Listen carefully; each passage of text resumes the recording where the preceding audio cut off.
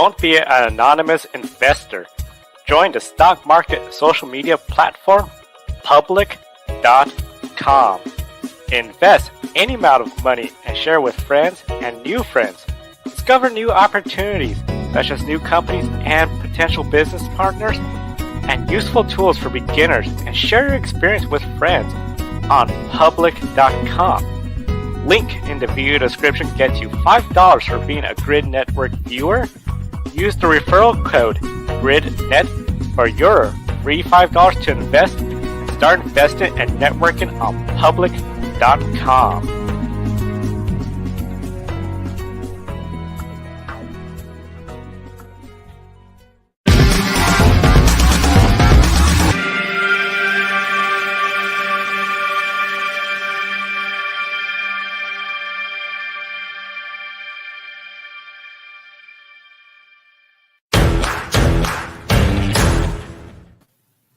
Hello, everyone. Good morning to everyone down under in Adelaide. Welcome to Grid Live Pre-Race. I'm Kobe Lambert from the Podium Finish, and with me is our Supercars expert, Adam Limmeries. Please comment in the chat below and ask any questions you may have. And speaking of comments, see one of our loyal viewers, Demas, is very excited about the show. He's been counting down all the way until we were on the air. So Demas, really happy that you're here, and we're going to talk a lot about the Repco Supercars Championship tonight. And before we get started, we certainly want to thank all of our loyal Patreon supporters, Colin, Mart, Deshell, and Robin, for supporting Grid Network. Our 2022 motorsports coverage wouldn't be possible without you. Now this weekend, the 2022 Repco Supercars Championship season comes to an end. Shane van Gisbergen is already the champion, so everyone is just racing for a win in Adelaide, South Australia. After the race was dropped in 2021, the iconic Adelaide 500 is back on the calendar to close out the year. The Adelaide Street Circuit is a 14-turn, 3.219 kilometer or 2.001 mile track. The first Supercars race here happened in 1999 with Craig Lowndes winning. Formula One raced here for an entire decade from 1985 to 1995. The last Supercars race at Adelaide was in 2020 when Scott McLaughlin won right before the global pandemic hit. But event attendance had been on steady decline before COVID. Nevertheless, the Adelaide 500 is a beloved event, and many fans are excited to have it back. South Australian Labour Party leader Peter Malinowski is campaigning on bringing this event back if he won his election. Malinowski has ended up winning, kept his promise, and supercars are racing in Adelaide once again to many's delight. Adam, what makes the Adelaide 500 such a special event, and how excited are you to see it back on the calendar? Well, Kobe, the Adelaide 500 is a very special event. And you imagine the inaugural running in 1999 when Craig Lowndes won. It was run over 2 days, Saturday and Sunday. And also you mentioned Formula One raced here from 1985 to 1995. Some of the drivers that competed were Nigel Mansell, Thierry Boutsen, Riccardo Patrese, Alain Prost, in Ayrton Senna. And there's one other series that ran here, the American Le Mans series. They held a race. It was called the Race of 1,000 Years in 2000. It was a 6-hour endurance event. And it's a race that notable names have won. You mentioned Scott McLaughlin. Well, other drivers have won, including Mark Skaife, who won in 2001 and 2002. Marcus Ambrose won back-to-back years as well. Jimmy Whincup is a 4-time champion. And yes, even Scott McLaughlin won here. Then we can't forget this year's Repco Supercars champion, Shane van Gisbergen, has won here 3 times. And how excited am I to see this race back on the calendar? Well, I'm pretty pumped. This race is taking place in an iconic street circuit, the Adelaide Parkland Circuit, which is not far from the Adelaide CBD, also known as the Central Business District. So this is what fans have wanted, and now that they get an early Christmas present. Then we have a comment from Dima saying, "Welcome back to the streets of Adelaide for the first time since 2020, before Melbourne 400 canceled in lockdown due to the COVID-19 pandemic. So all you Supercars fans, you wanted this race to come back? Well, it's an early Christmas present for you. This iconic race is back, and it's here to stay. Yes, you're right. Adam is back here to stay, and we'll get a little bit more into detail of how long Adelaide's going to be on the calendar for the foreseeable future. But Adelaide 500, really great to see this back on the calendar. Such a beautiful track. South Australia is certainly a beautiful place as well. And for anyone worried about its future, this race is going to be on the calendar for the next several years. And next, we'll catch up on a couple of Supercars news stories from the last few weeks, starting off with a silly season update. Super 2 competitor Cameron Hill is stepping up to Supercars next year with Matt Stone Racing. Hill and Matt Payne, who's replacing a retiring Lee Holsworth at Grove Racing, are likely to be the only two rookies on the grid to begin of 2023. Hill beat out his AAA teammate in Super 2 for the Supercars seat, the current Super 2 championship leader, Declan Fraser, while Hill sits fourth in the standings, entering the final weekend. Is it disappointing for Declan Fraser that his teammate Cameron Hill gets to move up to Supercars full time instead of him? I know right now Declan Fraser's he's certainly been the front runner and the favorite to win the championship. Cameron Hill, fourth in the standings. He's had a decent season, but not as dominant as Declan Fraser. Absolutely, Colby.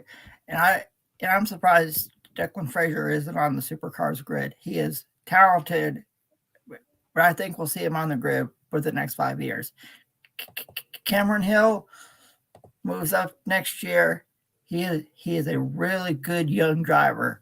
So him, Matt Payne that's going to be an incredible rookie battle. So, and to me, it is disappointing that Declan Fraser isn't on the grid. He competed with Craig Lowndes at the Bathurst 1000 this year, and he drove really good. So for Declan Fraser, it may be disappointing, but I expect him to be on the Supercars grid within the next 5 to 10 years. You give him quite a long timeline there. I don't 5 to 10 years. I think it'll certainly be a lot sooner than that. I'm sure he'll maybe get some wild card out and with AAA next year. I know we saw him in the Bathurst 1000 this year. So I guess maybe as soon as 2024 we could see Declan Fraser on the grid full time. I don't know if I go 5 to 10 years. That seemed like it'd be kind of pushing it in my opinion. But certainly Declan Fraser already proved that he's more than capable of being a full-time Supercars driver, and I'm sure he'll be able to get that sometime in the future. And this situation kind of reminds me of the situation we saw in what's now called the Indy Next Series this year with the 2022 Indy Next champion Linus Lundqvist. Doesn't look like he'll be on the IndyCar grid full-time right now, but Benjamin Peterson, who wasn't in the championship contention, he's going to be running it with AJ Foyt Racing, a driver who didn't have nearly as strong of a season that Linus Lundqvist had. So I'm comparing those two situations there. Indy Next, Linus Lundqvist, Benjamin Peterson, and Declan Fraser, Cameron Hill down in the Super 2 Series. And next, the 2023 Supercars schedule was unveiled with 12 race weekends next year, beginning in March with the return of the Newcastle 500, the first time since 2019. Then a return to Melbourne at Albert Park with Formula 1. Formula 2 is going to be there as well. Perth Super Sprint, Tasmania Super Sprint, the Darwin Triple Crown, the Townsville 500, the Sydney Super Night, a Super Sprint at the Bend Motorsport Park. In the middle of September, an endurance event, the Sandown 500 makes its return right before the Bathurst 1000 taking place October 5th through 8th, and ending the year with the Gold Coast 500 and Adelaide 500, which will remain on the calendar until the year 2026. Graphic you saw on the screen right there was courtesy of Supercars. How exciting is it to see Newcastle back on the schedule with a commitment to keep it in Adelaide for several years? Well, Kobe, it's really cool to see Newcastle back on the schedule next year. It takes place at a very beautiful track along the beach. So what a way to bring in the Gen 3 era down under with the Ford Mustang versus the Chevrolet Camaro. And the Adelaide 500, well, it's good to see that this iconic race is on the schedule for the next few years. It has been a really popular event in Australia for fans. So next year's schedule is a very, very good one. I totally agree with you, Adam. It's certainly a really good one, and I know in a little bit you'll talk a little bit more about a round that's missing in another location besides Australia that had a lot of people really disappointed. But overall, I think the schedule was as best as they could make it. Really glad to see some races back on the schedule and all of that. And now I'm shifting gears a little bit. Here's my question for you. With the Sandown 500 endurance race returning, how big of an advantage is this event taking place right before the Bathurst 1000? Are you disappointed they couldn't find a new location for the New Zealand round? Having the Sandown 500 endurance race back is incredible. It gives the teams now another opportunity to have success with this Gen 3 car before they go off to the iconic Bathurst 1000 in October. The Sandown 500 has been a very popular event for fans. So it's going to be really cool to see the iconic event back on the schedule. And I am disappointed that supercars aren't going to be running in New Zealand next year. The series in that country has produced so much talent. We know about Shane van Gisbergen. Well, there's Greg Murphy. And we can't forget Scott Dixon from the NTT IndyCar series. And one place I'd like to see supercars running in New Zealand is Hampton Downs Motorsports Park. It's a very nice track there. So hopefully one day supercars can return to the country where it produced the 2022 champion, Shane van Gisbergen. Yeah, certainly disappointing that supercars won't be returning to New Zealand in 2023, especially, since some of the drivers are from New Zealand and not having that hometown round, especially, for Shane van Gisbergen, the champion, is going to be really disappointing. But I'm sure supercars is going to work really hard throughout 2023 to make sure that in 2024 that they're going to be able to have a race back in New Zealand. In regards to the Sandown 500 endurance race, I think it's fantastic. Finally, in another endurance event back on the calendar. I think this happening right before Bathurst is obviously, really good for obvious reasons, because it'll give the regular season driver and their co-driver a chance to build some chemistry right before Bathurst, rather than, just going straight in to the biggest race of the year without any major practice. So I think practice like that in racing conditions is going to be very, very beneficial for all of those involved. And next, moving on, we have two 250-kilometer races, 78 laps long, to make up 500 kilometers in total. As I said at the beginning of the show, no championship on the line, just a chance to win on the streets of Adelaide. Of course, Shane van Gisbergen is the favorite to sweep the weekend, but others will look to end the season on a high note with the win. However, SVG's chances of winning the first race went down significantly after a costly mistake in qualifying. So SVG is going to be starting 25th, last place in today's race. So Adam, which driver has the greatest chance of beating SVG in Adelaide? Well, Colby, I think it's got to be the pole sitter, Chaz Mostert. And this weekend, Walkinshaw and Andretti United are running a very special livery in honor of Holden's last time competing in the Repco Supercar Series. It goes back to the days when Walkinshaw and Andretti United was known as the Holden Racing Team. So, and can SVG win from starting in the last position? Absolutely, because it's been done. Back in 2000, Mark Scaife, driving for the Holden Racing Team, won after finishing last in race one.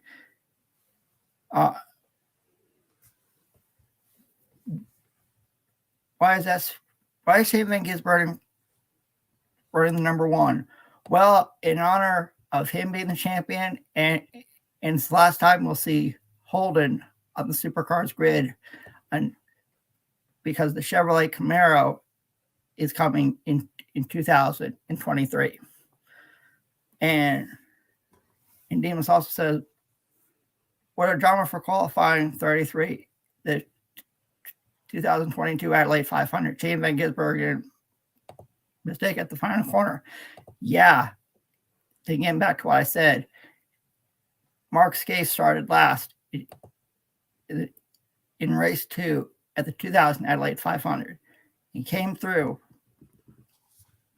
with the win, and the race was in pouring rain conditions. So if Mark Skaife can start last and win in Adelaide, so can Shane van Gisbergen. So stay tuned to see if SVG can go from and Demas is in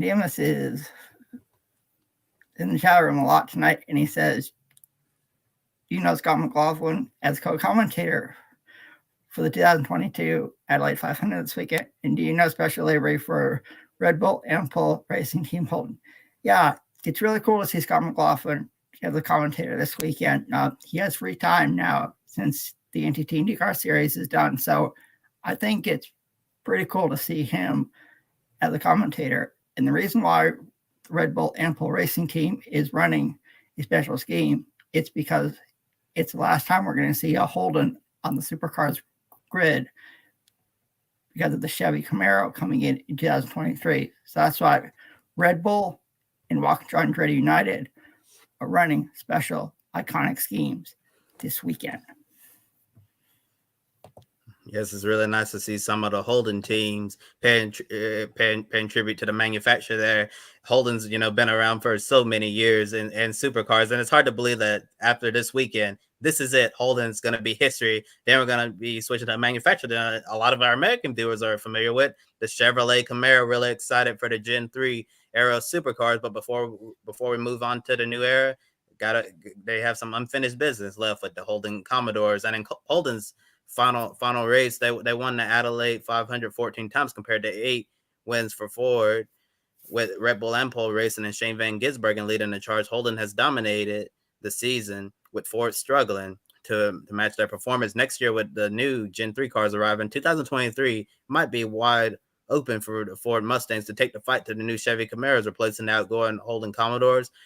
And as we mentioned, Red Bull Ampol Racing is running that special white livery. SVG sporting number 1 instead of his traditional number 97.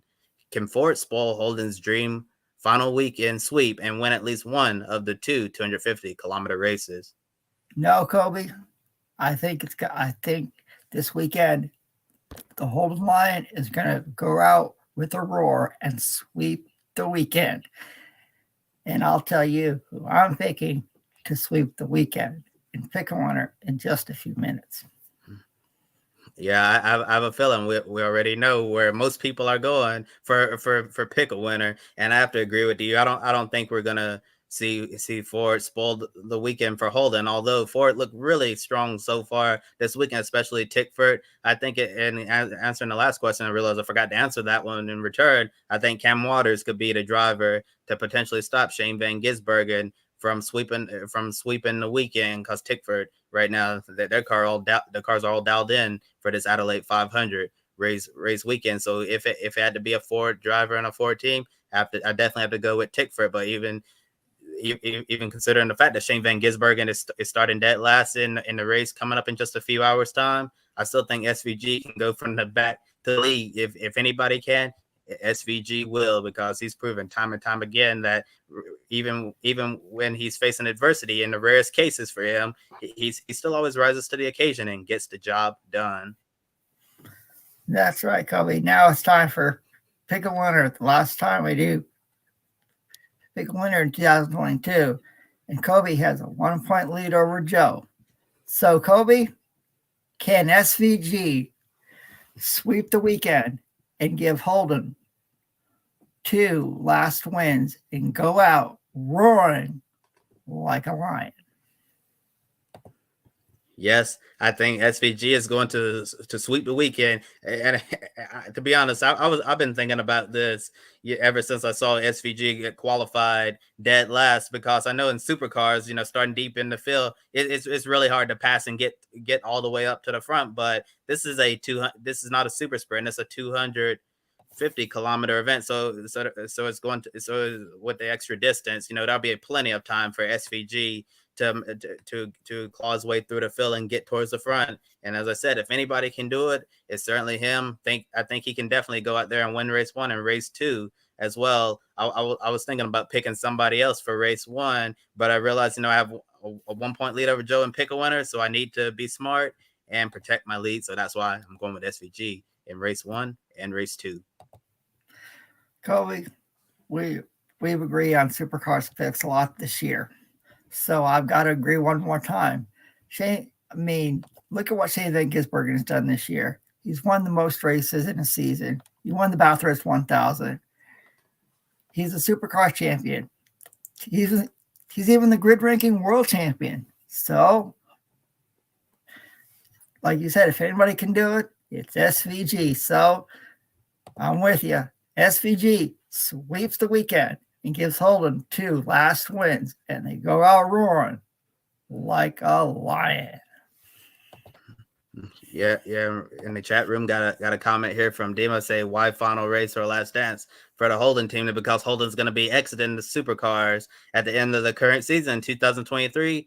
Holden's been replaced by Chevrolet, and you're going to see the Chevy Camaros that you're used to seeing in the United States take his place. So it's going to be a battle of American muscle down under. It's going to be Chevy versus Ford, just how everybody always likes it. And before we end our program tonight, we have an unexpected guest joining us for just a few moments. It's Joshua Birch, co-host of Grid Tonight. How are you doing tonight, Josh?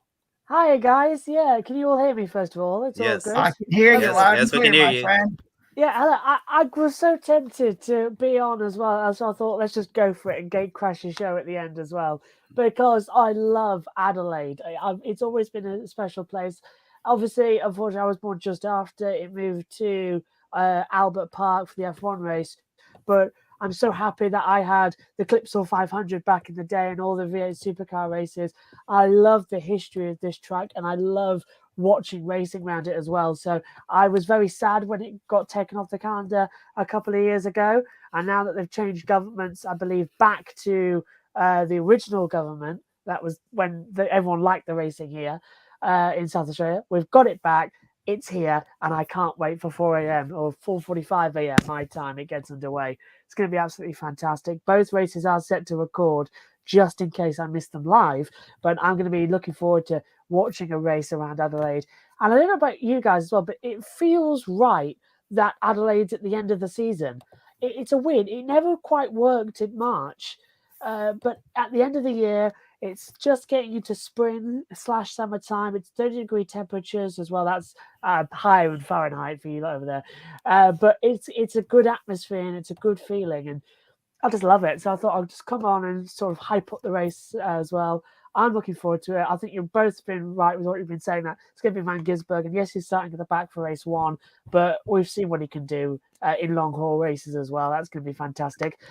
I did see some news, I don't know if you already covered it, about there's been talk already this weekend in some of the practice sessions that they're going to try and stop second drivers at the Bathurst 1000. Yes. Only going to be one driver events. That's interesting. I suppose that's going to be something for us to keep across on Kobe, the grid tonight, and Adam's going to be a lot more in tune with that than myself. So that's interesting news already.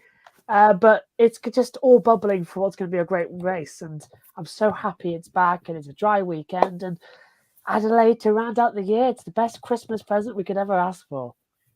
Amen, Josh. I got to agree with you. I mean, it's what the fans wanted. An early Christmas present down under. Wow.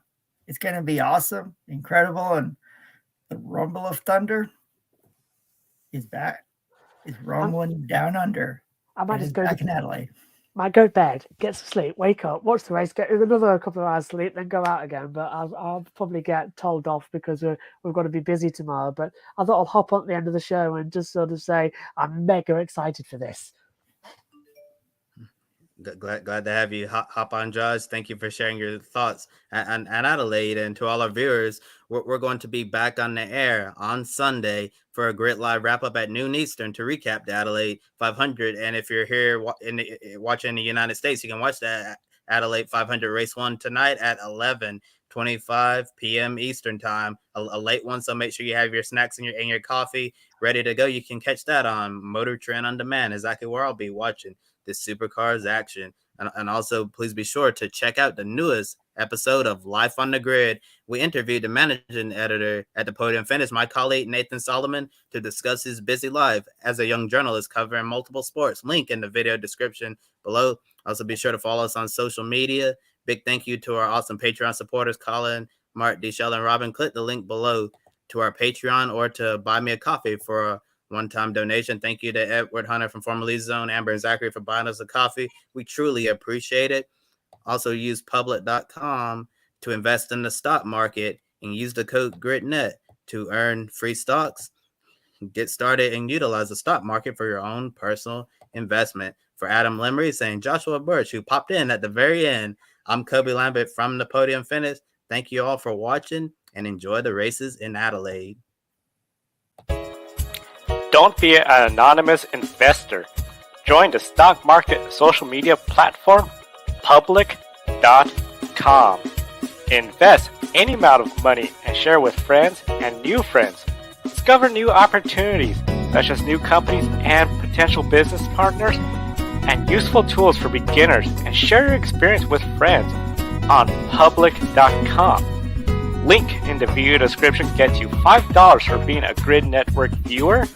Use the referral code GRIDnet for your free $5 to invest. Start investing and networking on public.com.